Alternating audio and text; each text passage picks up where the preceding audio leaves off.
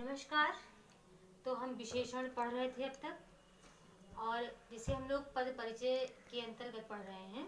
तो पद परिचय में मैंने लिंग वचन पढ़ा, हम लोगों ने संज्ञा सर्वनाम पढ़ा और विशेषण पढ़े। अब विशेषण के बाद नंबर आ रहा है इसका क्रिया का। क्रिया यानी जिसे इंग्लिश में आप क्या कहते हैं, वर्ब कहते हैं। तो अब हम देखेंगे क्रिया।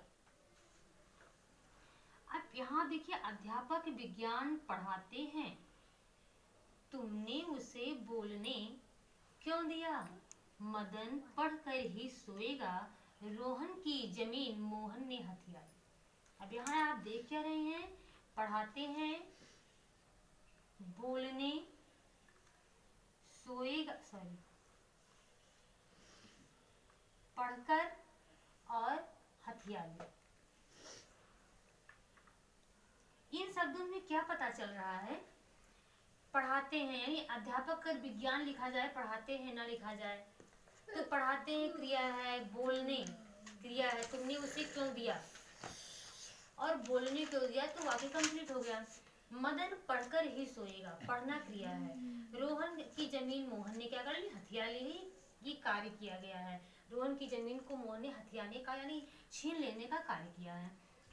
तो आप देख क्या रहे हैं कि यहाँ जो उपरोक्त में लाइनिंग वाक्य जिसके नीचे लाइन किया गया है, वाक्य में पढ़ाते समय में पढ़ाते हैं, सोएगा, पढ़कर या सोएगा, सोएगा, बोलने, हथियाली में क्रिया का होना पाया जा रहा है। क्या होना जा रहा है? पढ़कर ही सोएगा यानी पढ़ना भी क्रिया है, और जब पढ़ लेगा तभी सोएगा। तो इन सब में आपको क्या मिल रहा है, जो लाइनिंग वाक्य हैं, लाइनिंग शब्द है, उसमें आपको क्या मिल रहा है कि यहाँ पे क्रिया का होना या पूर्ण होना पाया जा रहा है। हम क्रिया ही पढ़ रहे हैं, तो उपरोक्त वाक्यों में क्रिया का होना या पूर्ण होना पाया जाता है। अर्थात हम कह सकते हैं कि जिस विकारी शब्द द्वारा, विकारी शब्द आप सभी लोग समझ रहे हैं कि वो शब्द जिन शब्दों में क्रिया, वचन, लिंग, संज्ञा, वचन, लिंग और उसके बाद में कारक, क्रिया आदि के द्वारा विकार उत्पन्न हो जाता है, यानी वचन में परिवर्तन हो जाता है, शब्दों में परिवर्तन हो जाता है, उसे विकारी शब्द कहते हैं। तो विकारी शब्द द्वारा किसी व्यक्ति वस्तु के किसी स्थिति में होने, किसी कार्य के करने या कराने का ज्ञान हो तो उसे क्रिया कहते हैं। क्रिया क्या है? वो शब्द जिनसे कार्य का होना या पूर्ण होना, या कार्य किस स्थिति में है, वस्तु किस स्थिति में है, व्यक्ति किस स्थिति में है का क्या का ज्ञान होता है, उसे क्रिया कहते हैं। एक आसान सी परिभाषा में हम कह सकते हैं कि जिस शब्द से किसी कार्य के करने या होने का पता चलता है उसे क्रिया कहते हैं। एक साधारण सी परिभाषा, छोटी सी परिभाषा है। अगर कोई आपसे पूछे क्रिया किसे कहते हैं, तो आप बताएंगे जिस शब्द से किसी कार्य के करने या होने का पता चलता है उसे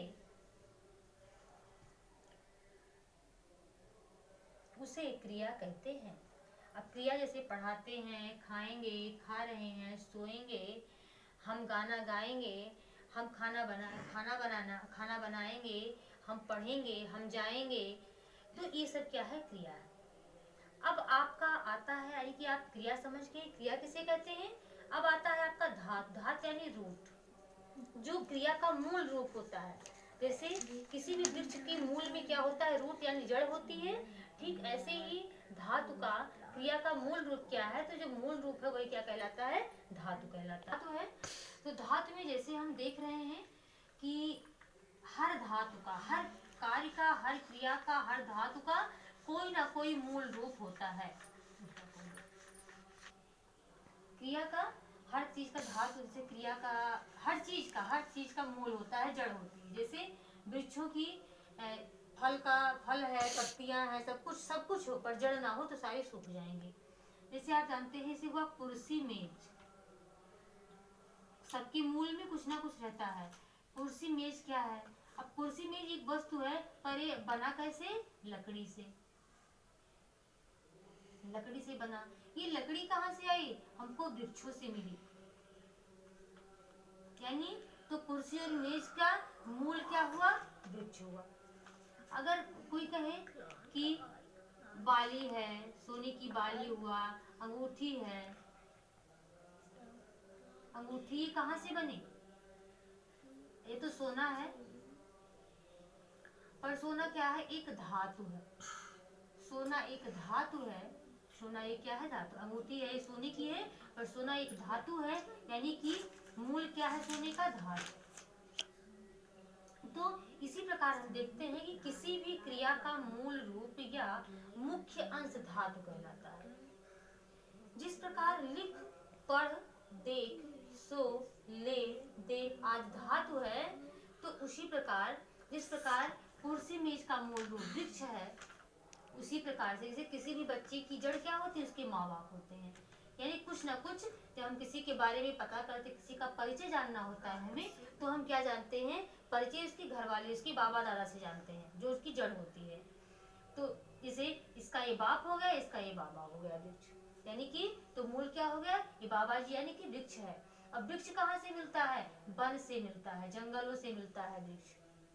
किसी के घर में, घरों में वृक्ष होता है, पर बड़े पैमाने पे अगर हम वृक्ष की खोज करेंगे तो हमको जंगलों से, वनों से मिलता है। अब धातु का एक पारिभाषिक शब्द देखिए। पारिभाषिक शब्दों में इसे मुख्य क्रिया कहते हैं। इस धातु को क्या कहते हैं? अगर पारिभाषिक शब्द इसका देखना है तो हम इसे क्या कहेंगे? मुख्य क्रिया कहेंगे। और इन धातुओं के अलावा जो कुछ बचता है उन्हें सहायक क्रिया कहते हैं। जैसे भी हम कहें कि